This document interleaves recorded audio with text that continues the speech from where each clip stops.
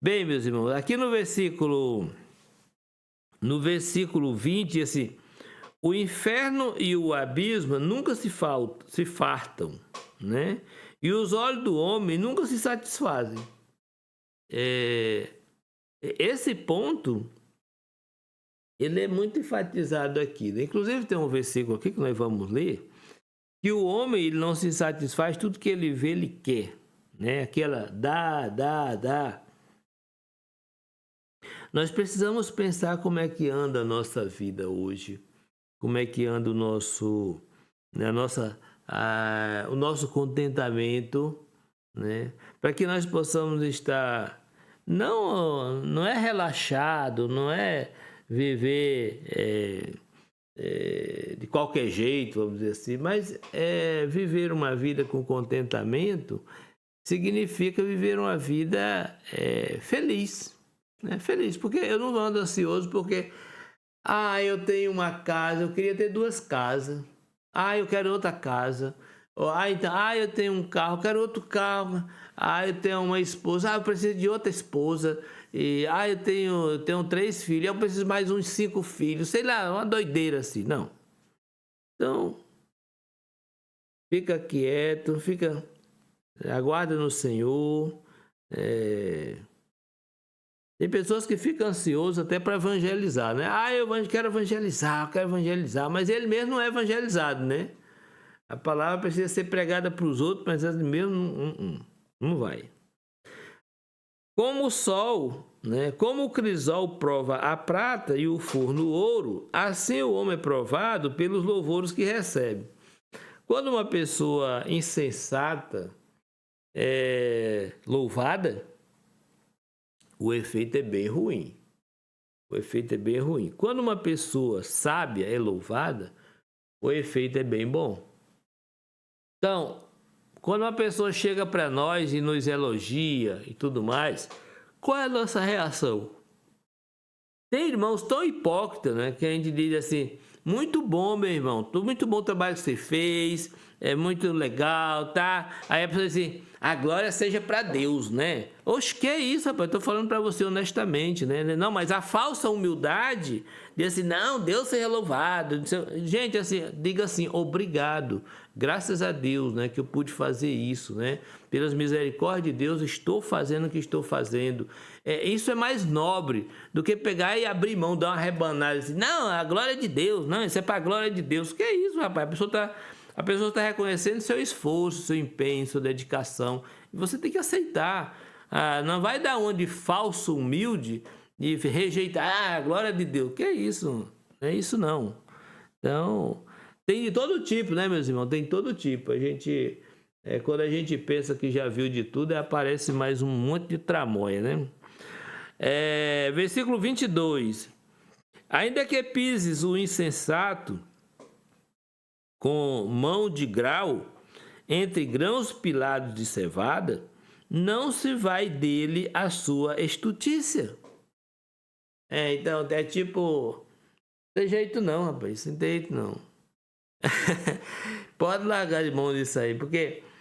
E aí, como é que faz com o insensato? Gente, olha, o único remédio para curar, para transformar, para restaurar, para refazer, para recriar, o único remédio que pode fazer a diferença de fato na vida do homem é Jesus. É Jesus. Não existe, olha, pode dar qualquer remédio, pode passar aí uns 10 anos ele congelado. Quando ele descongelar, ele vai continuar na mesma vida pregressa, não vai melhorar. Mas se Jesus for colocado na vida de uma pessoa, esse remédio vai funcionar. E essa pessoa vai viver diferente, ela vai ser uma nova vida, com novos princípios, novos critérios, novos objetivos, tudo novo, porque se alguém está em Cristo, nova criatura é. E eu creio nessa palavra, eu creio. Se essa pessoa que diz que está em Cristo não tem sido nova criatura, é porque ela não está em Cristo, né? Não está em Cristo. Versículo 23. Procura conhecer o estado das tuas ovelhas e cuide dos teus rebanhos. Aqui é um conselho quase que literal, né? Vamos espiritualizar ele. Vamos pensar,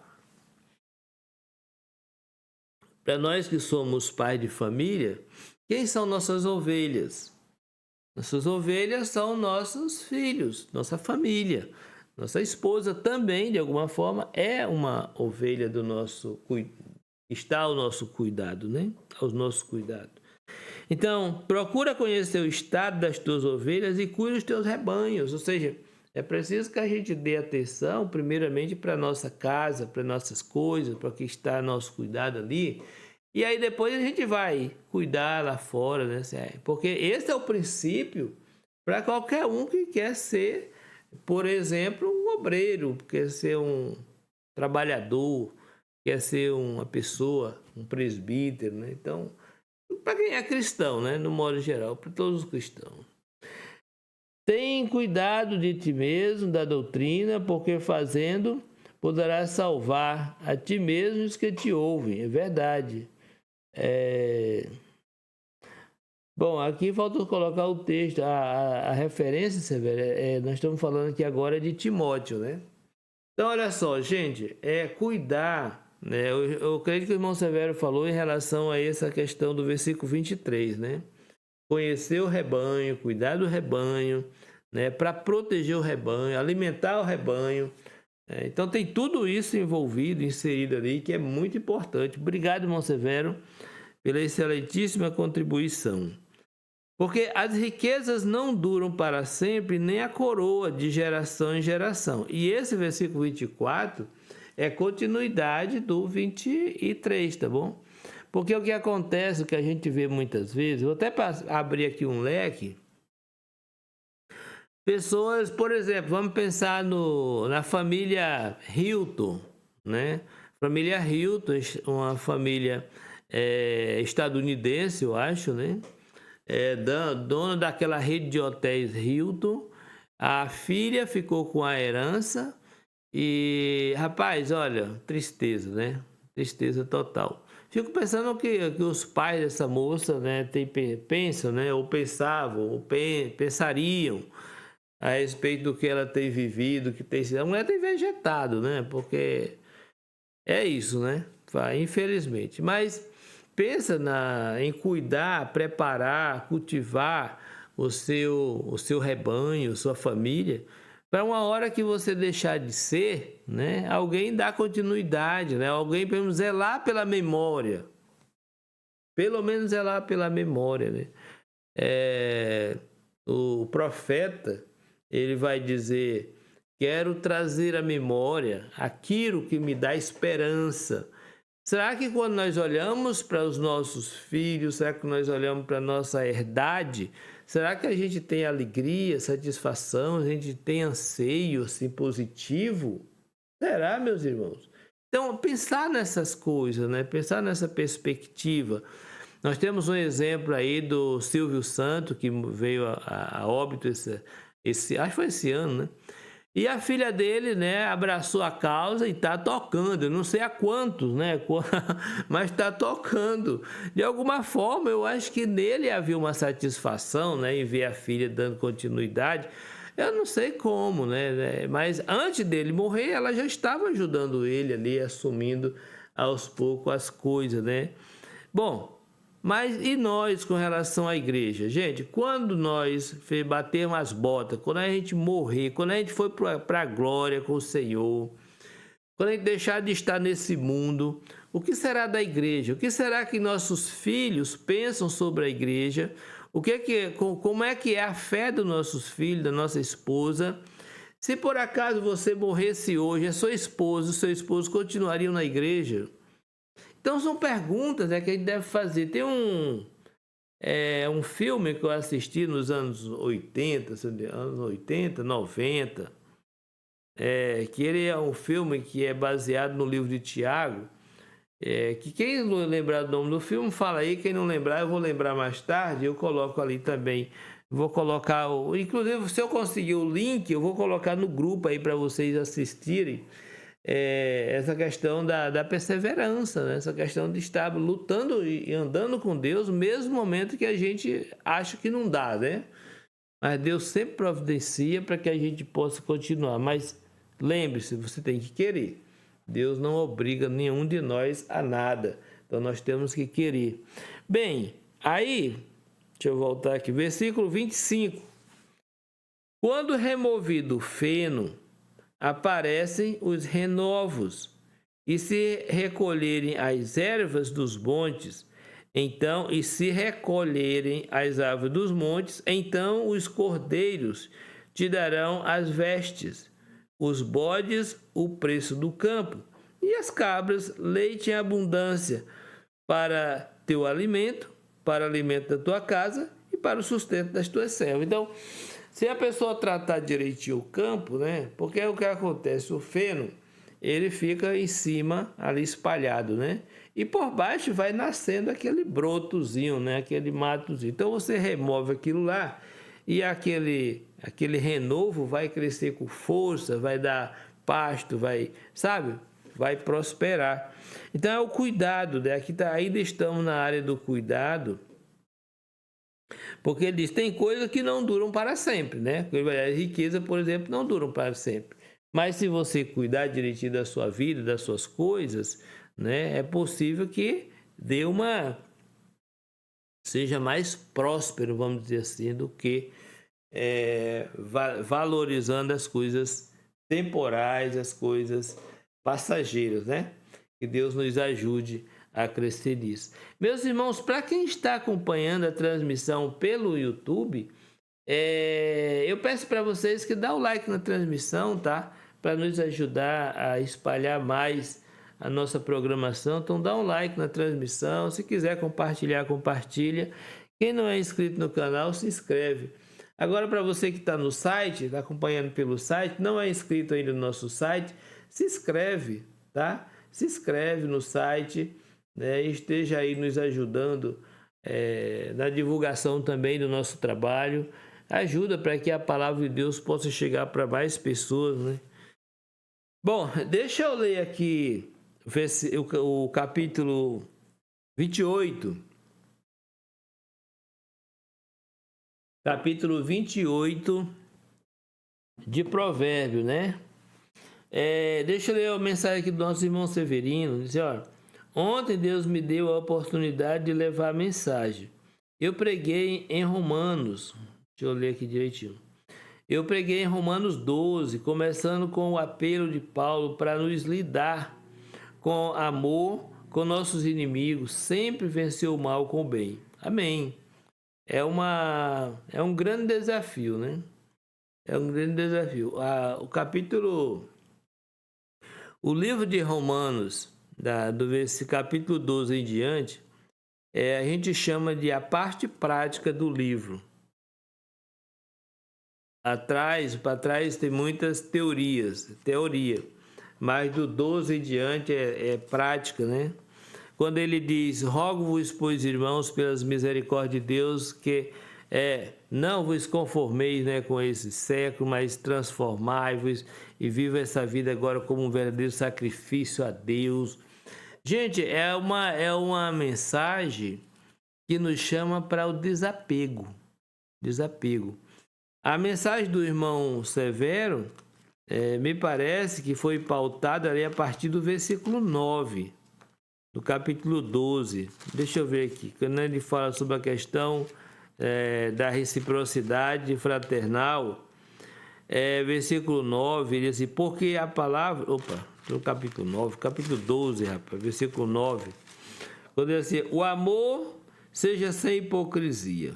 Detestai o mal, apegando-vos ao bem. Amai-vos cordialmente uns aos outros com amor fraternal, preferindo-vos em honra uns aos outros. No zelo não sejais remissos, sede fervorosos de espírito, servindo ao Senhor. Regozijai-vos na esperança, sede pacientes na tribulação, na oração perseverantes. Compartilhai a necessidade dos santos e praticai a hospitalidade. Abençoai os que vos perseguem, abençoai e não amaldiçoeis. Alegrai-vos com os que se alegram e chorai com os que choram. Tende o mesmo sentimento uns para com os outros, Em lugar de seres orgulhosos, condescendei com o que é humilde. Não sejais sábios aos vossos próprios olhos, não tomei ninguém mal por mal, esforçai por fazer o bem perante todos os homens. Bom, palavra, eu falei do capítulo todo. Rapaz, então você é o cara, viu? Eu li, bom, eu particularmente, David, não tenho essa habilidade toda, a não ser que eu tenha tempo, né? Mas assim, é um capítulo riquíssimo para a gente falar, e se deu todo, amém, né? Glória a Deus, né? Que Deus continue regando o seu coração e dando sabedoria para falar mais e mais, né? Mais e mais. Que Deus abençoe. Obrigado, irmão Severo, por compartilhar aí o texto da mensagem lá na congregação de Santíssimo. É isso, né? No Rio de Janeiro. Amém. Glória a Deus, né? Muito bom. Versículo 1 do capítulo 28. Fogem os perversos sem que ninguém os persiga, mas o justo é intrépido como o leão. Você já viu um leão fugindo?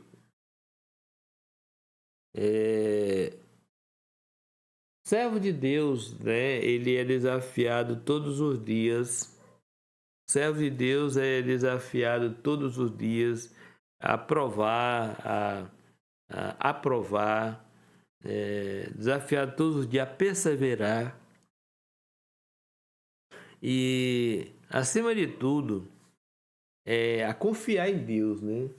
A confiança que nós temos em Deus é que nos mantém seguros, é que nos mantém firmes, é que nos mantém até calmos, tranquilos, mesmo no momento de adversidade. Se a nossa esperança, nossa confiança estiver bem consolidada em Jesus, então, meus irmãos, tá tudo certo, né? Tá tudo tranquilo. Então fica mais fácil, né? Fica mais fácil a gente lidar com essa situação toda. Deus nos ajude, né? Deus nos abençoe e nos dê força para continuar sendo e fazendo com que a palavra de Deus floresça em nossas vidas, né? Frutifique em nossas vidas, né? Por causa da transgressão da terra, mudam-se frequentemente os príncipes, mas por um sábio e prudente se faz estável a sua ordem. O homem pobre que oprime os pobres é como chuva que a tudo arrasta e não deixa trigo. É interessante lembrar aqui, pensar aqui juntamente com um filósofo brasileiro, né, chamado Paulo Freire, que no seu livro O Oprimido, ele traz a questão do oprimido, que um dia se torna opressor. Ou seja, você tem uma pessoa que está ali no seu grupo, tá? E aí ele compartilha das lutas com a categoria. Aí, de repente, vamos pensar, né? A pessoa ele é o funcionário, né, da empresa. Aí tá ali fazendo o trabalho dele, se esforçando, reclamando junto com os outros, se queixando do patrão, tudo, do chefe. Aí quando é um dia, ele é promovido a ser chefe. O que vai acontecer com ele? Vai oprimir aqueles com quem ele reclamava, com quem ele questionava, com quem ele se queixava, ele vai oprimir. Então, o indivíduo, ele é assim, sabe? Quando você dá poder para alguém, ele se transforma. Ele se transforma. Então, é isso que acontece quando a pessoa não tem valores próprios, valores bem estabelecidos. O simples fato, às vezes, na igreja, da gente pegar e delegar, vou até usar essa expressão aqui, tá? Delegar um ministério para alguém, a gente pode estar perdendo aquela pessoa. É por isso que na igreja a gente não delega as atividades, os fazeres, a gente reconhece. Então, uma pessoa que está servindo na igreja, um presbítero, né? O presbítero, estou falando na questão do ancião. O ancião que está envolvido com a igreja, ajudando os irmãos, tem o hábito de visitar, de aconselhar os irmãos, de ajudar e tudo mais. Quando essa pessoa é escolhido e consagrado para o ministério pastoral, ele está sendo simplesmente reconhecido pelo que ele está fazendo. E aí ele passa a ser reconhecido publicamente diante da igreja, agora até com uma, vamos dizer assim, com uma responsabilidade reconhecida, né? O que deve levar a Irmandade a respeitar, a valorizar, a considerar aquela pessoa, a ouvir e até obedecer, né? Então, é isso que deve acontecer no nosso meio. Mas você pega uma pessoa imatura, você pega uma pessoa e dá para ele uma posição assim, sei lá das quantas, né?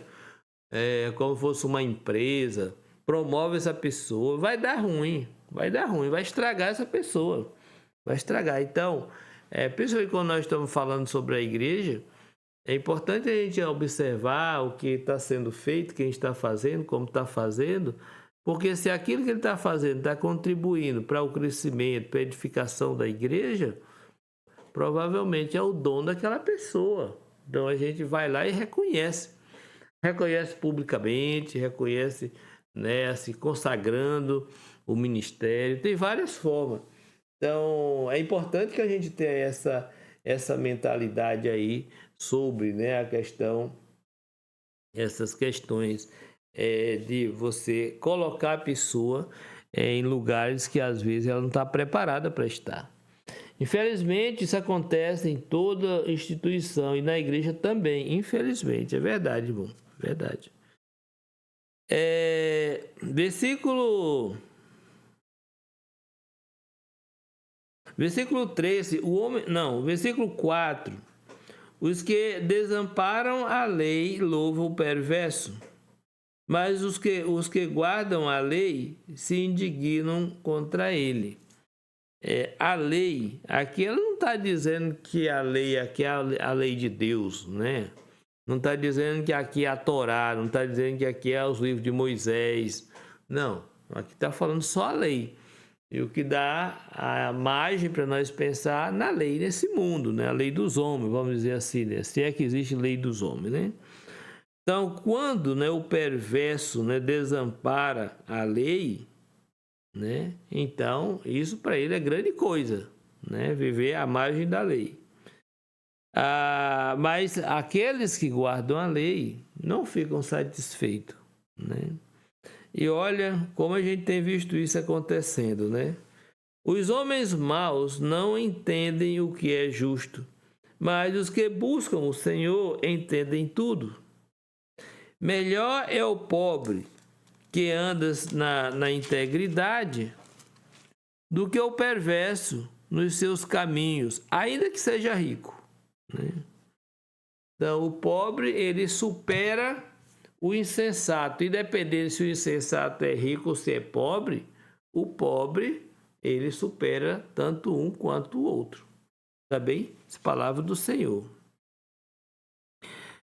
O que guarda a lei é filho prudente, mas o companheiro de libertinos envergonha seu pai. A paz. A Bíblia não foi um livro escrito para o pessoal do passado. Ela foi escrita para o pessoal do presente, né? Quanta vergonha a gente não tem visto, né? Pessoas que têm desvairado, assim, sabe? Pegam os caminhos mais improváveis.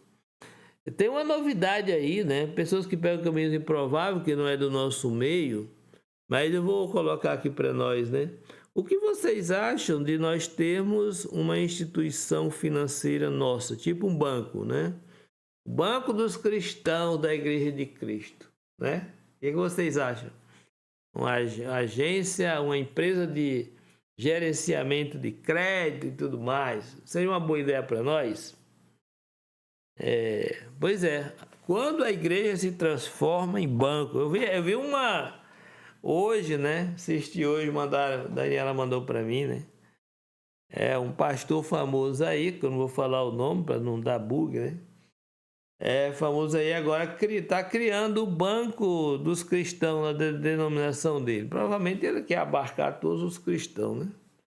Banco cristão, né? Primeira instituição financeira da igreja, com os propósitos mais nobres, né? Promover o ID de Cristo. Rapaz, é cada uma, né? Parece duas, mas é só uma mesmo. Vamos lá. O que aumenta os seus bens com juros e ganância, ajunta-os para o que se compadece do pobre. O que desvia os ouvidos de ouvir a lei, até a sua oração será abominável. Eu, hein?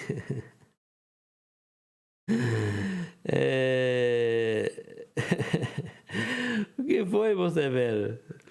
Não aprovou a ideia do banco, não?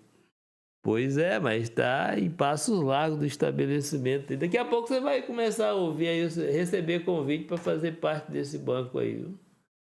E olha, não vale a pena, não vá pensar de não aceitar o convite, não. Vá aceitando, gente. É cada coisa que a gente vê, né? Que eu vou te contar. É difícil, rapaz, é difícil. Vamos então mais um pouquinho aqui, né? Vamos avançar um pouquinho mais. A palavra diz assim, ó. O que desvia os retos para o mau caminho, ele mesmo cairá na cova que fez. Mas os íntegros herdarão o bem. Gente, eu estou recebendo aqui os comentários do irmão Severo. E eu estava perguntando aqui, oxe, não tem mais ninguém? Tem, o pessoal está aqui no YouTube.